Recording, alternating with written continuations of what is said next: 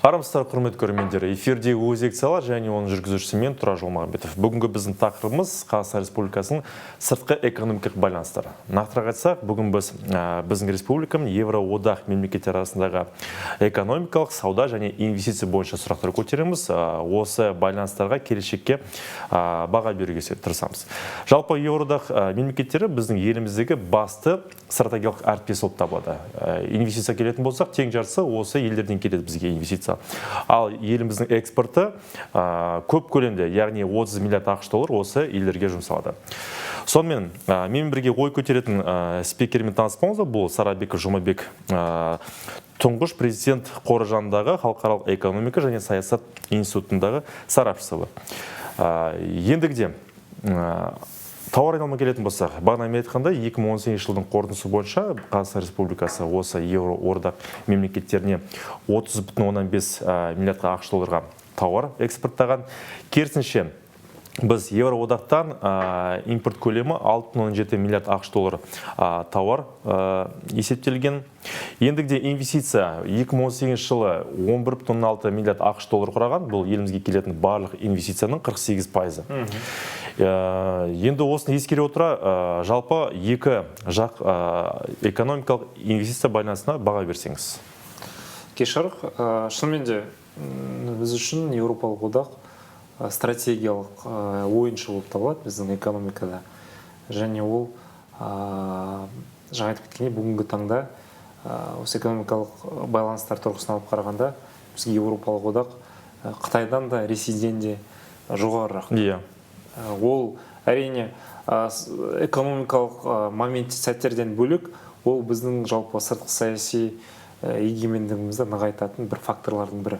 Себебі Еуропалық одақтан біз тек қана тауарлар импорттағанда тек тұтынушылық тауарлармен, сонымен бірге Еуропалық одақ Қазақстан үшін бір технологиялық модернизацияның бір қайнар көзі ретінде қарастырсақ болады.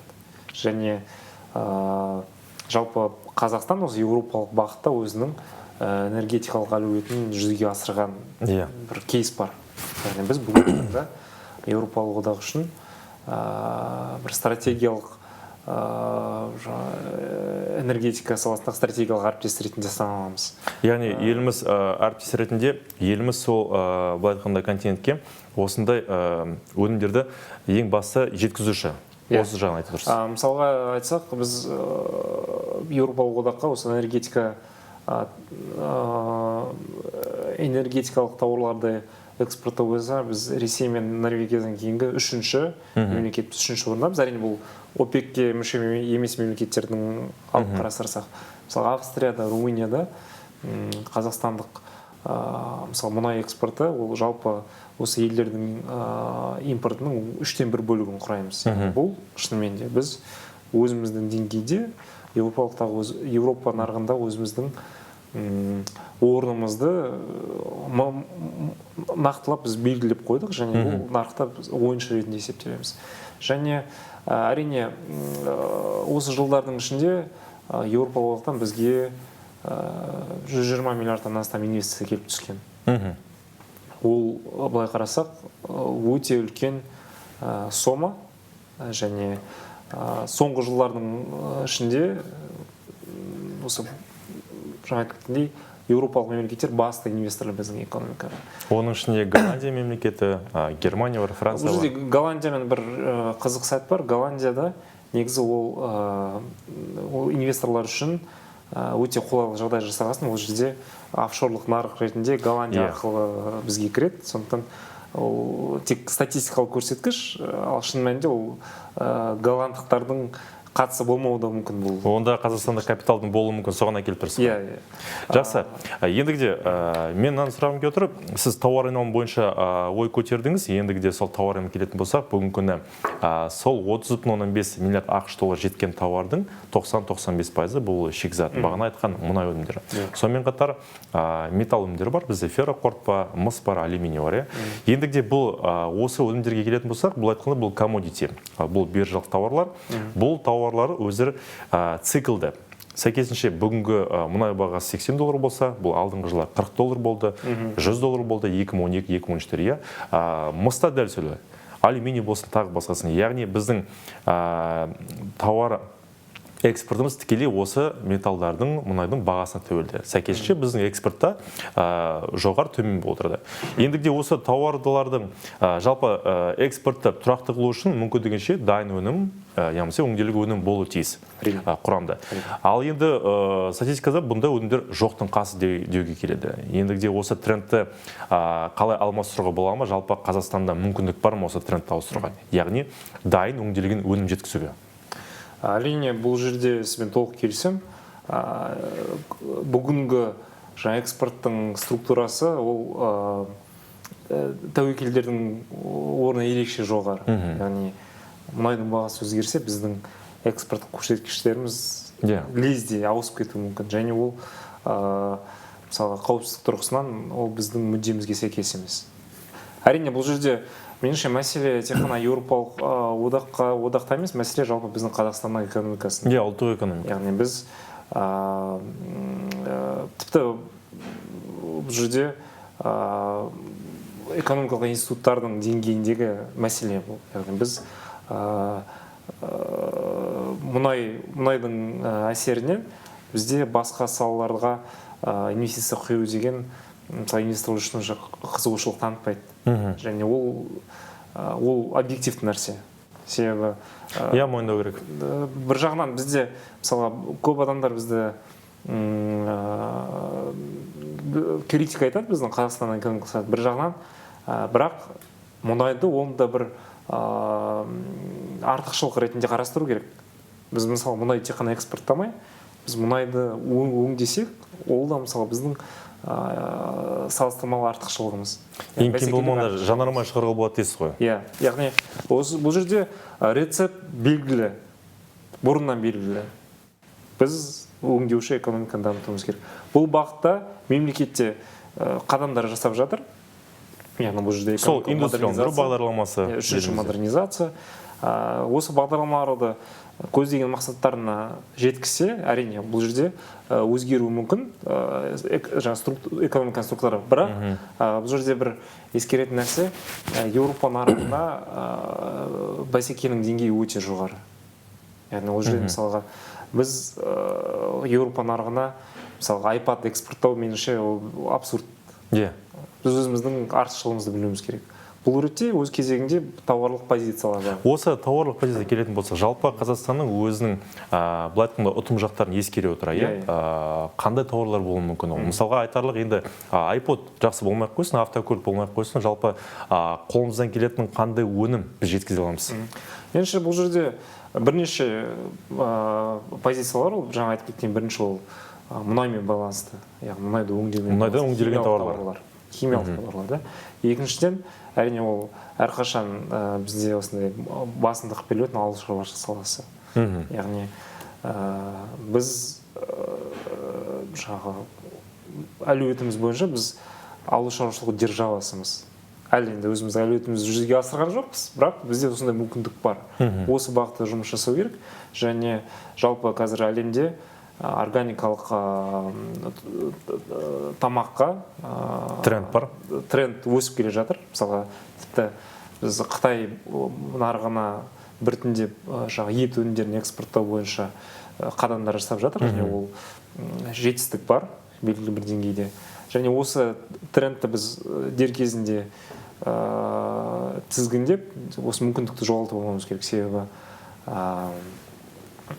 бізде мысалы артықшылықтар ондай көп емес, оны ескеру керек. Және бүгінгі таңда әлемдегі біз жаңа трендтер деп байқаймыз. Және тағы бір сала ол әрине қызмет көрсету саласы. Өйткені жалпы бізде қоғамда эксперттердің арасында түсінік бар. Ол ұтымды экономика, сәтті экономика, табысты экономика ол бірдеңенің бір өндіріспен байланысты, бір тауар өндіру. Біз өз кезегінде қазір постиндустриалды қоғам жағдайында өмір сүріп жатырық. Біз қызмет көрсетуді жасатсақ болады. Ол қандай қызмет түрлері болуы мүмкін? Мысалға ойға бірінші келетін ол туризм. Қазақстан мысалға туристік әлеуеті бар. Біз сафари туризм деген бар. Ұсына аламыз бірегей осындай туристік продукцияны. Және бұл ретте бір ескеретін нәрсе, біз қазір аймақта интеграциялық процесстер бір жаңа дем алып жатыр. Мысалы Қазақстан мен Өзбекстан жібек визасы дейді. Біз бірлескен виза құру туралы идеяны жүзеге асыру үстіндеміз. Шенгенге ұқсас, иә? Шенген аналогы. Орталық азиялық Шенген деп айтсақ. Осы идея жүзеге асса, меніңше қызығушылық өседі, себебі мысалы Өзбекстанның өзінде Францияда мысалы туристер бірінші орында тұр. Жылына 2 миллионнан астам турист келетін шығар. Мысалы еуропалықтар үшін Өзбекстан да өте қызықты нарық. Өзбекстанмен бірге Қазақстанда біз өзіміздің ілесіп кетуге болады. Ілесіп кете аламыз, және өз кезегінде Қазақстан келген туристер Өзбекстанға соғуы әбден ықтимал. Сондықтан былай зер салып қарасақ мүмкіндіктер бар. Бірақ ол үшін біраз жұмыс істеу қажет. Еңбек ету керек. Ендігіде бағана инвестиция туралы айтып өттіңіз. Енді 120 миллиард ақш доллар осы жаққа инвестиция келген болатын. Ендігіде бұл жалпы тәуелсіздік алғаннан бері елімізге Еуропадан біраз ұлттық трансұлттық корпорациялар келген болады. Нақтырақ айтсақ, бұл ArcelorMittal 90-шы жылдары келген, Басов химиялық компания, Eni бар итальяндық, Biomer Armatura, Германика, Карлс Крона Германия, Knauf, Alstom, бұл ірі машина жасау саласындағы франциялық ұлттық Тальга, Еврокоптер, былай айтқанда көп. Енді бұл кәсіпорындар көп жағдайда 2010-2015 жылдың арасында көп көлемде келе бастады. Расында жоғары технологиялық өнімдер шығаратын инвесторлар болды. Ендігіде 2015 жылынан бастап осы инвесторлардың келуі күрт азайды. Яғни инвестиция сақталып қалса, бұл көп көлемде шикізат құны жасалды. Ал бағана мен айтқандай ірі инвесторлар дайын өнімге келуге азайды. Менің ойымша бұның бірден бір себебі елімізде 2015 жыл болған теңгені құнсыздану мәселесі. Бізде теңгеміз бүгінгі күні сол жылға сарсақ 2 есе құнсызданды. Сәйкесінше халқымыздың сатып алу қабілеті 2 есе төмендеді. Сонымен қатар инвестициялық жобаның өзін ақтауы 2 есе ұлғайды. Ендігіде осында сыртқы инвесторлардың ішкі нарыққа арналған өнімдер шығаруға жобалары немесе сол дайын өнімді экспорттауға келуі расында меніңше үлкен қауіпте де. Енді бұл жеке мен өзім субъективті ойым енді. Мүмкін өзің жөндеп жатарсыз.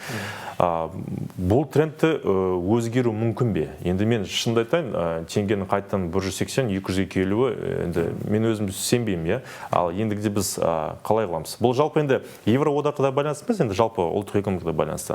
Бұл осы орайда не жасауға болады? Меніңше жалпы бұл реттегі мемлекеттің басты рөлі, жалпы мемлекеттің экономикадағы рөлі да.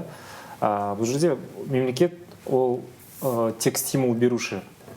Сол рөлмен шектеледі. Жағдай жасайды. Иә, стимул беруші, яғни ол инвесторларға, жалпы экономикаға белгілі бір сигналдар жібереді. Яғни мемлекет экономикаға терең кірмеу керек. Яғни бұл стимулдарды қалай беруге болады? Біріншіден, ол бізде инвестициялық стратегия қабылданды. Инвестициялық стратегия бойынша жалпы осы елімізге келетін инвестицияларды бірнеше топтарға бөліп жатыр. Бас мемлекеттерді іріктеді. Біріншіден, мысалға, бірінші сала ол біздің мысалы инвестициялық әлеуеті жүзеге асып үлгерген салалар. Бұл мұнай, тау-кен металлургия саласы, химия. Екінші ол потенциальный бағыттар, ол мысалға жеңіл өнеркәсіп, тамақ өнеркәсібі, одан кейін жалпы өңдеу. Оның ішінде фармацевтикада бар, машина жасау саласы да бар. Яғни бұл жерде мемлекет өзінің ыңғайлы жағдай жасай отыр инвесторларға, яғни әртүрлі льготалар, жеңілдіктер жасау арқылы инвестиция тартуға талпынуы керек. Әрине, бұл жерде бұл инструменттер қандай да бір бұрыннан бері қолданып келе жатыр, бірақ нәтиже аз деп айтуға болады. Бұл жерде әрине басқа мемлекеттердің мысалын қарауға болады. Мысалы, Қытайды алайық та. Қытайдың мысалы инвесторларға қоятын талаптарының бірі ол инвестор кіргеннен кейін ол өзінің технологиясын бөлісу керек. Мысалға, біз енді Қытайдың жағдайында емес, біз дегенмен де белгілі бір деңгейде осындай талаптарды сәтті қоя білсек, меніңше ол біздің жалпы ішкі нарықты дамытуға, яғни бір сапалы өзгерістерді жүзеге асыруға бірден бір алғышарт болып табылады.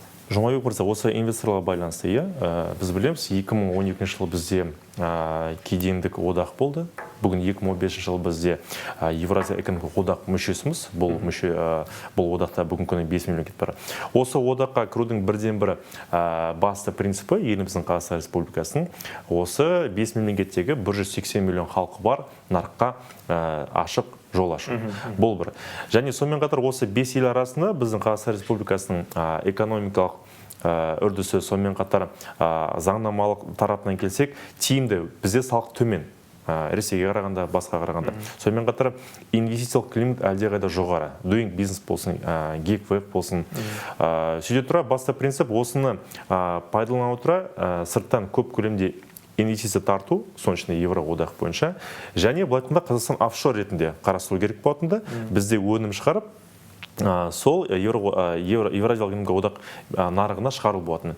Ендігде соңғы бағана айтатындай 5-6 жылда бұл айтқанда бастама іске асып жатқан жоқ. Бұның себебі не болуы мүмкін? Өте жақсы сұрақ, меніңше көп адамды алаңдататын.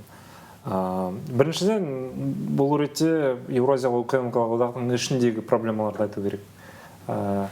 Өкінішке орай, әлі күнге дейін өзара саудада, осы 5 мемлекеттің ішінде, көптеген кедергілер сақталып келе жатыр, яғни тарифтік емес кедергілер. Яғни аты ғана одақ дейсіз ғой? Иә, аты одақ, бірақ заты кедендік бірлестік деңгейінде қалып келе жатыр. Және ол өз кезегінде бірнеше себепке байланысты. Біріншіден, меніңше, қазіргі таңда интеграцияның жылдам кезеңі аяқталды. Тез нәтижелер көрдік, әрі қарай енді қыруар жұмыс жасау керек, және ол жұмыс оңай болмайтын түсінік, себебі әрбір мемлекет өзінің нарығын, өзінің өндірушілерін қорғағысы келеді. Және бұл жерде әлі біз талай күресті көретін боламыз. Яғни ескеретін нәрсе, интеграцияның жылдам кезеңі аяқталды. Енді келесі нәтижелерге қол жеткізу үшін ұзақ уақыт керек болады. Өйткені ол нәтижелер сапалы бір шешімдерді қажет етеді. Яғни бірінші проблема ол ішкі барьерлер. Екінші проблема ол әрине геосаяси факторлар. Бүгін біз көріп отырмыз, Ресей жалпы Еуропа мемлекеттермен, ақш-пен, жалпы батыспен бір ірі геосаяси қақтығыс жағдайында өмір сүреді. Бұл менің келесі сұрағым еді. Сондықтан бұл жерде қағаз жүзінде әрине барлығы жақсы, бірақ іс жүзінде өзі өмір өзінің өзгертулерін енгізіп жатыр. 180 миллион нарығы бар потенциал, яғни бізде әлі күнге дейін бар, бірақ дегенмен одақ қашан одақ болып қалыптасады, сол кезде ғана бұл мүмкіндікті біз пайдаланамыз. Ендігде геополитикалық қақтығысқа келетін болсақ, расында 2014 жылдан бастап Қырымға байланысты, біз білеміз, үлкен бүгінгі мәселелер көтеріліп жатыр. Сонымен қатар біздегі Сирия бойынша Ресей мемлекетінде бірнеше санкциялар қабылданды, Евроодақпен. Сонымен қатар ақш көп көлемде санкциялар қабылдады. Бұны экономика арасында айту керек, бізге әсер тиіп жатыр. Ендігде осыны ескере отыра біздің Евроодақ мемлекеттерімен, яғни басты инвестиция және тауар айналымдағы ең басты серіктеске екі ел арасындағы, екі жақ арасындағы осы Ресейдің жеке конфликтісі әсер етуі мүмкін бе? Және бұл қандай көлемде, ақшалай түрде? Шынымен де бұл жалпы біз соңғы жылдары халықаралық сауданың, жалпы әлемдік экономиканың геополитизациялануы процесін байқап отырмыз. Сонымен қатар протекционизм тағы. Протекционизм болды. Біз бұл толқынның тек бастамасын көріп отырмыз. Әлі жылдан жылға күшейеді деген болжам бар. Бүгінгі таңда үлкен мәселе дүниежүзілік сауда ұйымы бүгінгі түрінде сақталып қала ма? Өйткені мысалы Америка құрама штаттары бұл ұйым керек па, керек емес па деген мәселені көтеріп отыр. Сондықтан біз бір үлкен штормның алдында тұрмыз деп өкінішке орай сондай болжамдар айтылуда, және біз оған дайын болуымыз керек. Бұл ретте Евразиялық экономикалық одақта дайын болу керек, себебі мысалы ресейлік тарапқа да ресми каналдар, немесе ресми емес каналдар арқылы айтылуда, Ресейдің проблемалары басқа одақ мүшелеріне таралмау керек. Ресей оған да Ресейде мүдделі мысалға осы Еуразиялық экономикалық одақтың басқалар үшін бір тиімділігін бір қызығушылығын сақтап қалғандығы. Себебі Еуразиялық экономикалық одаққа қатысты айтылатын критика онсыз да көп. Яғни біз Қазақстан өз деңгейінде, Белоруссия өз деңгейінде біз осы Еуразиялық экономикалық жұмысында ол біз үшін ең алдымен экономикалық одақ және сол қалпын сақтап қалу керек деген біз месседжі әрбір мүмкін болған кезде сондай месседж жасап отырмыз. Және ол меніңше Ресей оны қаласа да қаламаса да ескеруіне тура келіп отыр. Себебі біз кезінде Еуразиялық экономикалық одақ туралы келісім дайындалған кезде ол келісімнің бастапқы вариантында көптеген мәселелер болады. Мысалы ортақ азаматтық, ортақ валюта мәселесі. Бірақ мысалы Астана, Минск өз кезегінде сонда қатаң талап қойдық. Бұл ұйым тек қана экономикалық сипатын сақтап қалу керек. Осы тұрғыда да біз мысалға Ресей мен Батыстың өзара мәселелері, проблемалары мүмкіндігінше бізге әсерін тигізбеу керек. Жұмабек мырза, бізде мойындау керек, елімізде көптеген инвестициялық жобалар көп Ресеймен қатысты. Біздегі мысалы Ақтөбе Мышқор компаниясы бұл тікелей ресейлік компанияға қатысты. Сонымен қатар біздегі Бақырчық кәсіпорны полиметаллға қатысты. Мынау қарапайым үлкен разрез көмір шығаратын Богатырь. Бұнда Русал. Біз Русалды білеміз, оның басшысы Дерипасканың жаңағы бұлатқанда қара тізімінде. Ендігіде расында мен үшін жеке өзім ойым бойынша бұл үлкен қауіпті естимін. Енді көре жатырмыз келешекте. Ендігіде мен сұрағым бұл саясатқа байланысты, біздің еліміздегі ішкі саясат, яғни жалпы әр елдің өзінің экономика өсуі бұл инвестицияға байланысты, сырттан келетін. Ендігіде инвестиция келетіндегі ең басты факторлар бұл сол мемлекеттің заңнамасы, сол мемлекеттің жеке мүліктің құқығы бойынша. Сонымен қатар саяси тұрақтылық. Ендігіде өзіңіз байқан шығарсыз, мен қоятын сұрағымды, бұл біз білеміз осыдан бір айдан бұрын, бір ай жуық болды, бізде елімізде елбасы, яғни әлемде барлығы білетін басшымыз өз міндетін қойды. Бүгін Қасым-Жомарт Кемелұлы Тоқаев, жаңа президент. Онымен қатар бізде алдағы уақытта жаңа сайлау күтуде. Меніңше бұл инвесторларға бір сигнал. Бұл сигнал енді қандай сигнал? Бұл жағымды ма, жағымсыз ба? Жалпы қандай реакция болуы мүмкін? Не күтеміз? Өте жақсы сұрақ. Әрине біз сигнал жібердік, бірақ сигнал соңында қалай жететіндігі ол бізге де байланысты. Біз сигнал жібердік, бірақ олар қалай қабылданады? Ол сигнал қалай қабылданады? Ол да өте маңызды сұрақ. Себебі мысалға тұңғыш президент өзінің отставкаға кететіндігі туралы жариялағаннан кейін біз мысалға әлемдік бақ құралдарында бұл саяси өзгеріс туралы не ойлайтындығы туралы, біз әлемдік қауымдастық не ойлайтындығы туралы зерттеу жүргіздік.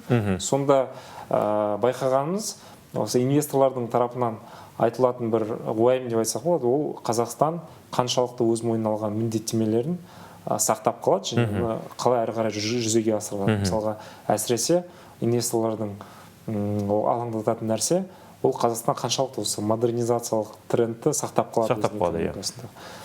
Және бұл ретте қазақстандық тарап осы әлемдік қауымдастыққа, бизнес элитаға нақты айқын месседжер жіберуіміз керек. Яғни біз сақтап қаламыз. Ал жаңағы сигнал туралы айтсақ, әрине біз президент сайлауларын жарияладық. Бұл жерде басты мәселе сайлау қалай өтеді. Сайлау.